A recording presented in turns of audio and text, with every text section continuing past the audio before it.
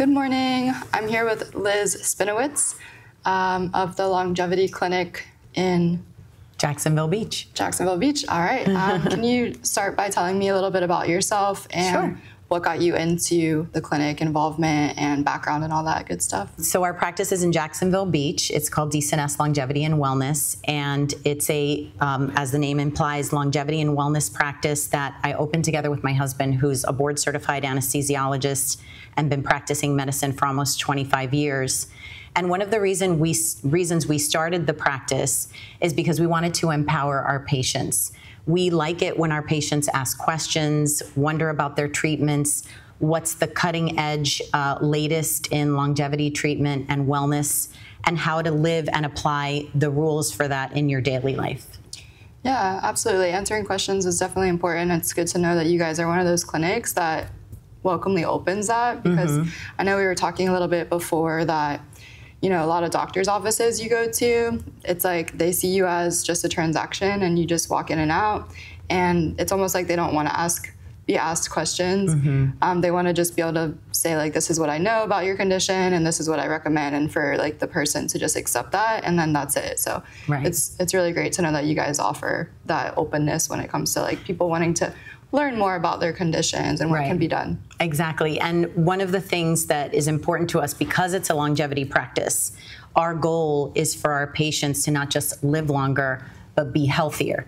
Because unfortunately, we're living longer, but if the last 3 years of that life are in a hospital bed or in your bed at home because you're not mobile or you can't move, then what's the point? So one of the myths of longevity is I hear people saying, I don't want to live longer because, you know, in the end, you're just bedridden. And I don't think it has to be that way. And that is our philosophy. We do not think it has to be that way. So what can we do now before we have full-blown illnesses to prevent those illnesses? And what lifestyle habits can we take on so that we're all working towards that same goal? Absolutely. Preventative medicine is gold, I think, in my opinion, these days, especially with all the technology that we have, all of the research that we can use to pave a path forward for ourselves to live a better quality of life for longevity. So was there a personal health or family experience that shaped y'all's vision for this clinic? Yes, definitely. There are actually quite a few, but I think the one that stands out the most was my first pregnancy with my oldest child. One of the things that I felt almost I wasn't told the whole story was when I was getting close to my delivery date, the doctor looked at me and he said, this baby's going to be too big. We're going to have to do a C-section. Like, he didn't even consider trying to do a vaginal birth. And after my son was born, he was 7 pounds and 2 ounces, which in the year he was born was the exact average weight of a baby born in the United States. So the baby was absolutely not too big at all. And it gets worse, unfortunately. When he was first born, he seemed to be having some breathing issues. And of course, in the OR with me was my husband, who is a physician. And he said something to the nurse, and it's on video because, of course, you know, as a proud dad, he was filming his first child's birth. And the nurse kind of dismissed him and said, no, he's healthy, he looks fine. But if you really want, we'll have, you know, a consult. And so they brought someone to look at him. They also said he was fine. They did an x-ray because my husband kept pushing. 2 physicians looked at that x-ray, a radiologist and a pediatrician, and they both said the x-ray was normal. Next day, he was still breathing in a way that my husband was not comfortable with. He felt that he had worsened. And on his insistence, they got a neonatologist, which is basically a newborn baby specialist, to look at him and look at the x-ray. And because this guy was an expert, he looks at x-rays on newborns all day long, he saw that he had partially collapsed his lung when he took his first breath. And 2 other doctors missed it. So it made me shudder to think, how many times in our lives are we in front of medical professionals and they miss something? And if I didn't have one in my family that was there to vet what we're being told and what we're looking at, how do we know that we're getting the best medical advice and the most practical advice? So for that, it was just the beginning of other points in our lives as parents and for him as a practitioner, where we had to kind of assess everything and say, you know what, we kind of have to take this into our own hands. And so we try to live our lives with daily choices and lifestyle choices that mitigate anything else that we're going to be told. We read what comes out. We don't just read the headline of a research study. My husband is very meticulous about looking through the study. How was it done? Who sponsored the study? That's very important to look at as well. So again, going back to what I mentioned before, we want to empower our patients to do the same thing and then come and have a consultative conversation, excuse me, with Dr. Spinowitz to find out what are their goals, what are their needs, and what's out there that can help them. Wow, that's an unfortunate thing that you had to go through, and especially like the multiple, jobs that like, hey, something's wrong. Yeah. And it almost feels like you're being like dismissed, like nobody's listening to what you're saying. And it's unfortunate that that's the world we live in today, that, you're supposed to be able to go to a doctor for somebody that you can trust. And it doesn't seem that that's always the case. Like, you almost have to question, like, can I trust this doctor? Even though, like, they're a doctor, they have these credentials. And so it's, you really just don't know, like, what you're told. You can't absolutely trust it 100%. And that really sucks, like, because you spend a lot of time and money to go get answers, and you're told, you could be told something completely different than what's actually going on, and then you start going down this path of treatment, and maybe it makes something else worse because it's like the wrong treatment. So it's very scary. And so that empowerment is really important to us. And again, like I mentioned, we welcome questions, and he's such a wealth of knowledge that anybody who is interested in longevity, wellness, he can just rattle on and answer all kinds of questions. So I think it's very beneficial to seek someone like him out, where, again, you have all these specialties, right? You have gastroenterologists, and you have cardiologists, and you have neurologists. Because we're a longevity practice, that is our goal, is not just longer life, but healthier while you're living. So that, imagine being a great-grandparent and going to your great-grandchild's sweet 16. Like, that's not something most great-grandparents live long enough to see. Now, take that one step further. Imagine going to that great-grandchild's sweet 16 and dancing on the dance floor with your granddaughter, your daughter, and your great-granddaughter. Wow. So that's just, those are the visions that I have in my head when I talk to our clients about, he handles the medical side. I like to talk to them about the more lifestyle side of things. What are good eating habits to develop? What are good exercise habits to develop? Obviously, we're sitting here at Gracie Barra St. John's because one of the most unique and inventive ways that you can get a workout is to come to a women's self-defense class, right? And my daughter is a student at this school, and it's empowering also for a young woman to know that if she needed to, she could get away from a threat. And I think that's one of the things that you guys offer here, and that's why we're very proud to be community partners of Gracie Barra St. John.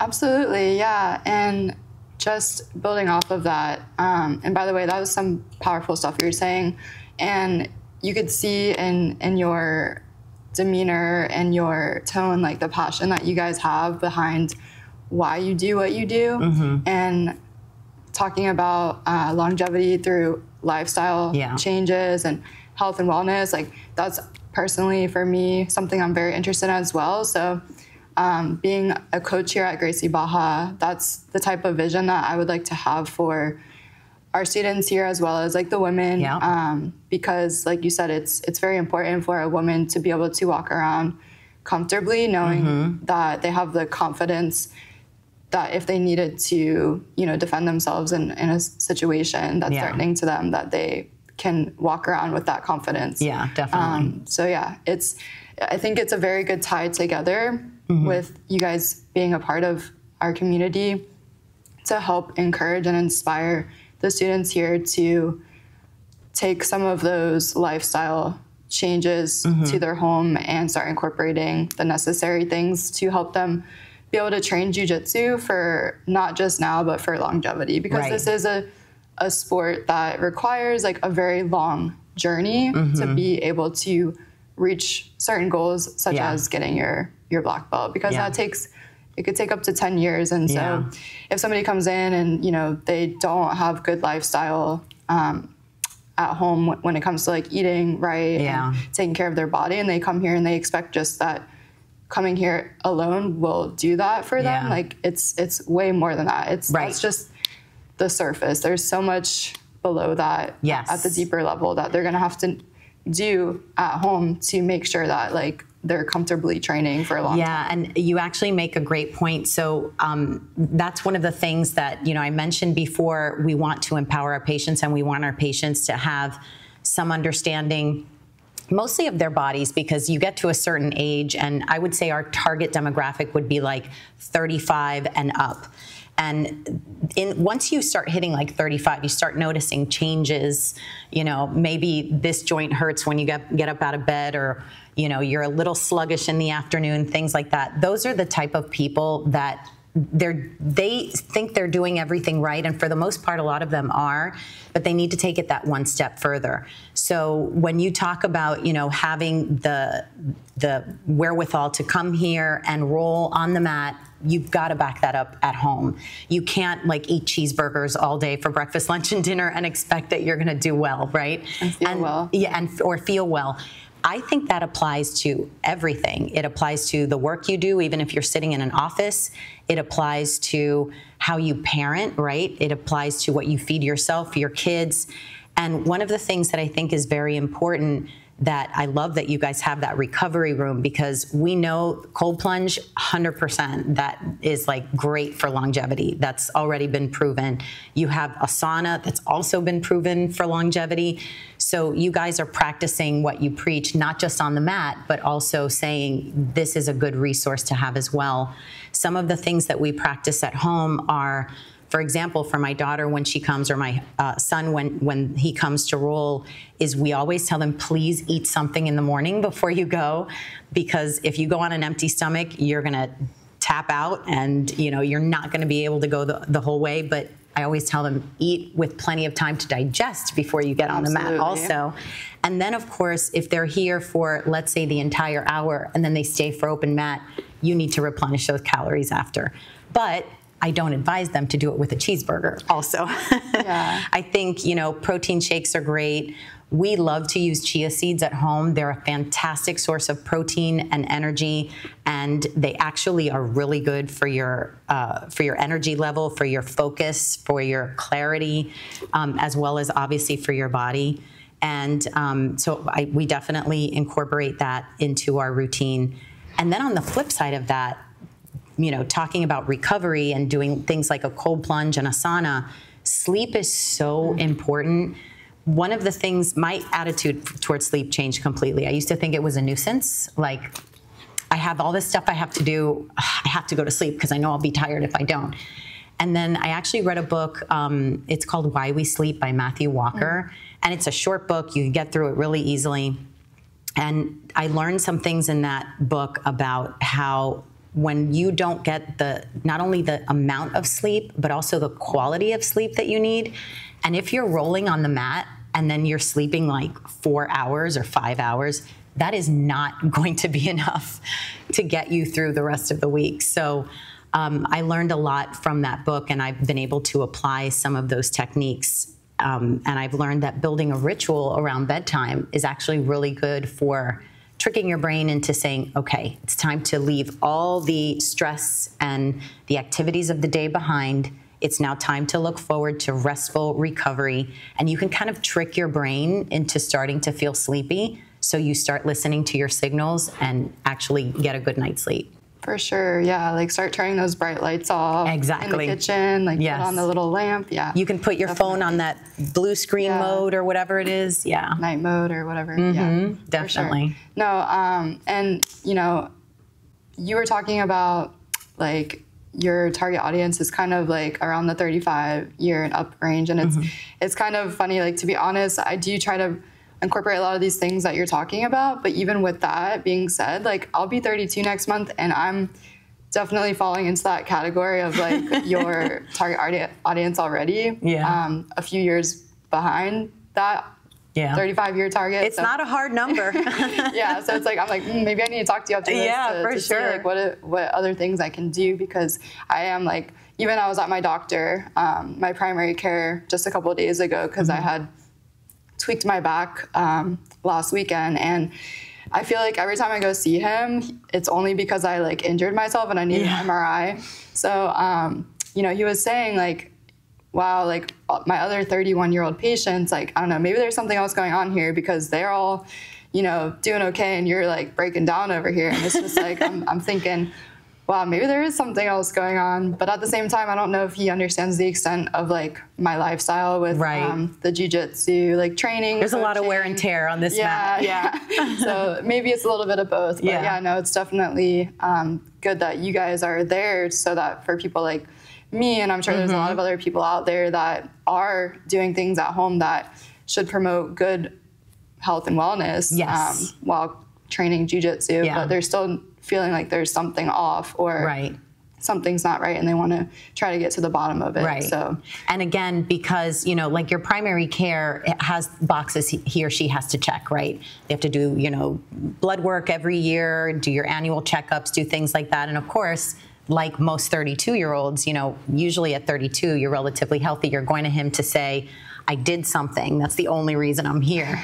But unfortunately, the way the healthcare system is built, it's to treat illness. It's not really to prevent or to increase your lifespan, or as we like to say, increase your health span, because we want you to be healthy as you live longer lives. So we want you to roll on the mat when you're, you know, good and, you know, into your 80s if you can. So let's talk about, what is one longevity myth that you'd like to debunk, that a lot of people are just like very adamant that this is what's good for you? Yeah, I think there are a couple of them that are out there, but as far as like a lifestyle habit that I think people just are not correct on is, again, that concept that why would I want to live forever? Why would I want to live to be 90 or 100 if I'm going to be in a bed? And our goal is to completely change that. We want you on the mat rolling when you are, you know, at the end of your life. Whenever your expiration date comes, it should be living life to the absolute fullest and not be sick in a bed. And I think that's number one. I think if people understood that, because if you take the reverse of that and think, yes, I'm going to be in a bed at the end of my life, what if your life ends in your 60s? Do you really want it to be that way? We don't want that to happen. We want the opposite of that. What would you say is one supplement that you just feel like you cannot live without? Oh boy, that's turmeric. I'm going to say that right now. So I recently did a genetic study. We offer this to our patients, and a lot of the things we offer to our patients, we do ourselves. So this genetic study was really insightful, because I was able to figure out certain genetic markers that I'm at risk for, and we were able to tailor my supplements to address those issues and mitigate those risks. And one of the things I found is I have very high inflammatory markers, and turmeric is fantastic for lowering them. But I was taking it 3 times a day, and now I found some of the supplements that we're able to access ourselves and recommend for our patients have turmeric in it. So I was able to cut back the actual number of pills that I take. I still take turmeric at night, though, so I'm kind of spreading out the anti-inflammatory benefits of that. Wow, that's super interesting about the biomarkers, like being able to help you target what supplements might be good for you. Is there a specific form of the turmeric that you take? Is it just like in a capsule with powder, or is there like a better absorbed? Yeah, so the supplement, there's a high quality supplement that I take during the day that has numerous things in it, including the turmeric. Okay. And we're happy to talk to our patients about that if they want to come in and do the genetic test. We offer the genetic test not only to our patients who are subscribers, but even if you're not a subscriber, you can purchase the test from us, and it actually includes a consultation with Dr. Spinowitz to review the test and make those recommendations, not just on supplements, but medication, labs that you can ask your doctor to give you, lifestyle choices like what foods you should eat, what kind of exercise. He can even tell you if HIIT is better for you than, you know, doing like yoga or something like that. Okay, so lastly, talk to me about what's a simple nutritional habit that you've adopted that can contribute to good energy, good overall well-being? It's funny enough, it's not a particular food. It's a habit where I always try to leave something on my plate. Oh. So I was raised to, you got to finish all your food, finish all your food. Now we know that's not the best way to have our kids have a relationship with food because it tends to create overeating habits. So I have to work hard, but that's a pretty simple thing that pretty much anybody can do is leave a little bit behind on your plate. Wow. Yeah, I'll definitely have to keep that in mind. Yeah. Thank you for your time today. It was really great talking with you. Thanks, Ashley. I appreciate it.